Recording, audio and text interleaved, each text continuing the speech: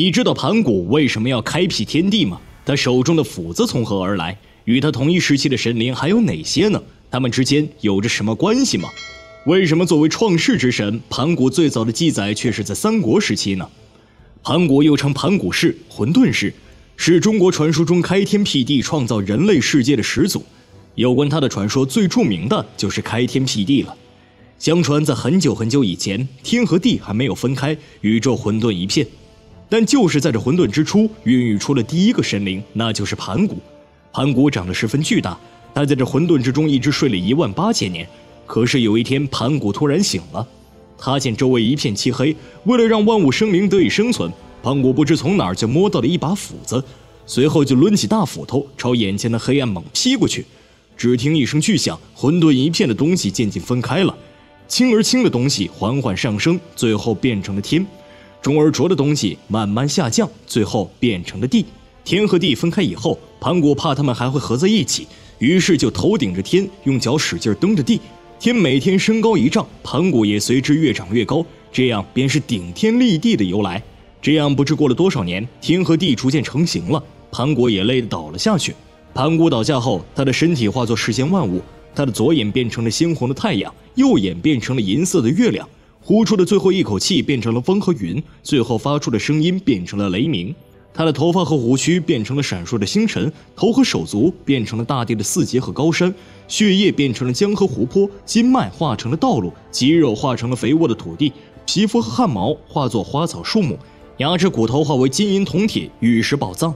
他的汗水变成了雨露和甘露，这便是盘古开天地的故事。那么看到这里就有了几个疑点。首先，盘古是怎么来的？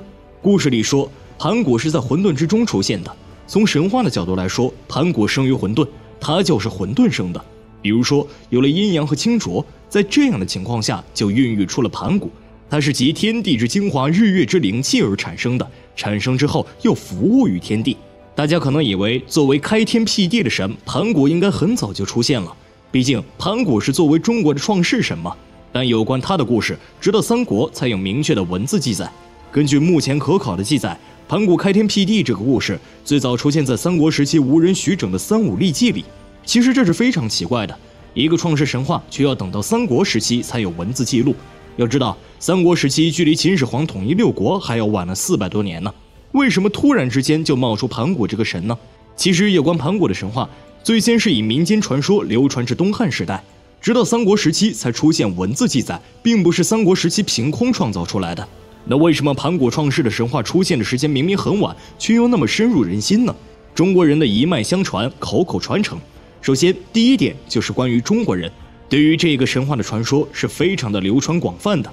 中国对待这些古代文化都是非常的注重，而且也希望这样的文化能够传承下去的。所以我们后辈往往在前辈们进行交谈的时候，把前辈们所说的重要事情给记录下来，然后把这种事情铭记于心，再一次流传给我们的后代。加上中国文化从来没有出现过断层，所以中国的这些神话能够一直往复往下进行传播。还有就是现在的很多电视剧都从这些神话当中借鉴经验，例如女娲造人、盘古开天辟地等，还有西游记等等，这些神话故事都从这些人们传承的这些神话当中不断吸取其中较好的经验进行改编，制成电视剧的形式供我们孩子和大人观看。对于这样的神话故事都有保留的成分，所以在广泛传播度上面远远要高过于其他神话。最后就是关于中国的这些神话故事，在一定程度上面也有书籍的保留，一如《山海经》，还有一些其他书籍。不过在徐整的《三武历纪》里面的盘古开天辟地时并没有用斧子，是赤手空拳的用双手双脚撑开了天地。一直到了明代，在一个叫做周游的演义小说《开辟演义》里，才给盘古安排上了开天辟地的工具，说他左手执凿，右手执斧。所以在我们现在听到的很多故事的版本里，天地才是盘古用斧子给劈开的。但是周游在这个小说里并没有交代这个凿子和斧子是从哪里来的，于是有人就开始猜想了，说这个凿子和斧子是和盘古一起产生的。混沌里能长出一个盘古，那为什么就不能长出一把斧子和凿子呢？听着不无道理，但是缺乏实质性。还有的人说，这斧子和凿子是盘古从身上拔出来的肋骨或牙齿变成的。也有传说这把斧子是红军老祖给的。那么红军老祖是怎么来的呢？盘古不应该是孕育出来的第一个神吗？其实不然，在盘古同时期还孕育出了其他神灵，就比如说红军老祖，宇宙中混沌之气，灵气化为红军老祖，精气化作盘古大神。说到这两位大佬，很多人就开始拿来做比较，红军老祖与盘古谁更厉害呢？在封神的世界里有两位至高大神，一位是三教玄门之首红军老祖，他无情无感，不会因天下众生尽亡而心怀慈悲，亦不会因黑暗主事而心忧苍生。另一位是开天辟地创造洪荒世界的创世神盘古。